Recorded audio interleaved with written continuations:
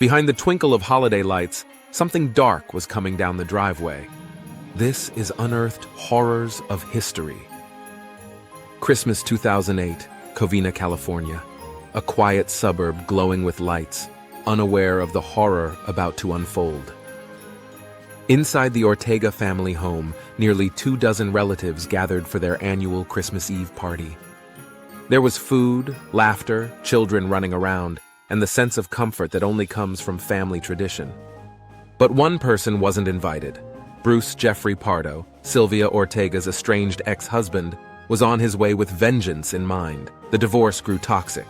Fights over blame and money, capped by a support order Pardo refused to accept. And on Christmas Eve, he decided he would make her entire family pay. Earlier that day, Pardo carefully prepared. He put on a complete Santa Claus outfit, plush red coat, white trim, boots, gloves, and even a professional beard.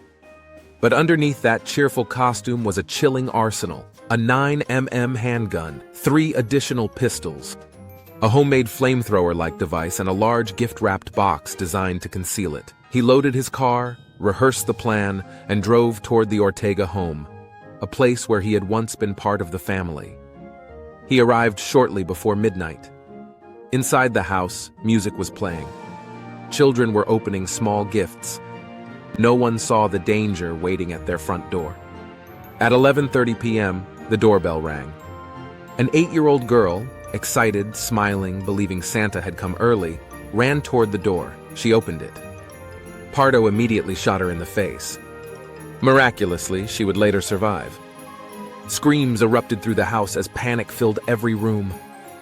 He moved from room to room, targeting members of the Ortega family. Adults tried to shield children, dive behind furniture, and rush toward exits. But the man in the Santa suit kept firing. Then, he opened the gift-wrapped box. And the device inside roared to life. Flames erupted across the living room. The Christmas tree ignited. Curtains, walls, and furniture turned into a blaze. Once the fire reached the home's natural gas lines, the entire structure exploded into an inferno visible across the neighborhood. Neighbors described the sound as a jet engine, and the sky above Covina turned orange. The fire spread with terrifying speed. People who managed to escape did so by running through flames, climbing out windows, or crawling across the floor through blinding smoke. Others weren't as lucky.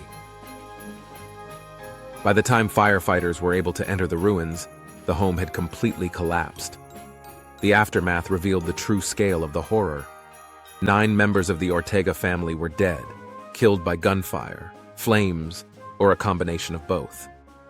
A Christmas Eve celebration had become one of the worst mass murders in California's history. After setting the house ablaze, Pardo changed clothes and drove toward his brother's home in Sylmar.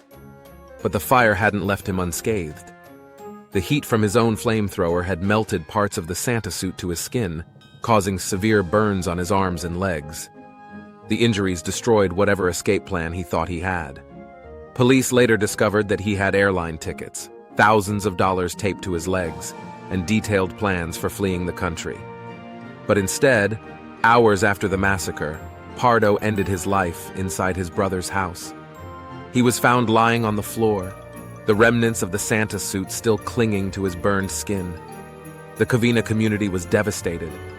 The Ortega family, generations of parents, children, siblings, and cousins, had been wiped out in a single night. Investigators concluded that the massacre was the result of rage, resentment, financial pressure, and a carefully planned revenge attack. The surviving members of the family say Christmas has never been the same, and never will be. Today, the Covina Massacre stands as one of the darkest crimes in holiday history, a reminder that behind even the most cheerful symbols like Santa Claus can lurk unimaginable horror. What would you have done in Covina that night? Leave a comment and tell me which story I should uncover next. And if you love unraveling history's darkest legends, don't forget to like, subscribe, and ring the bell for more chilling stories.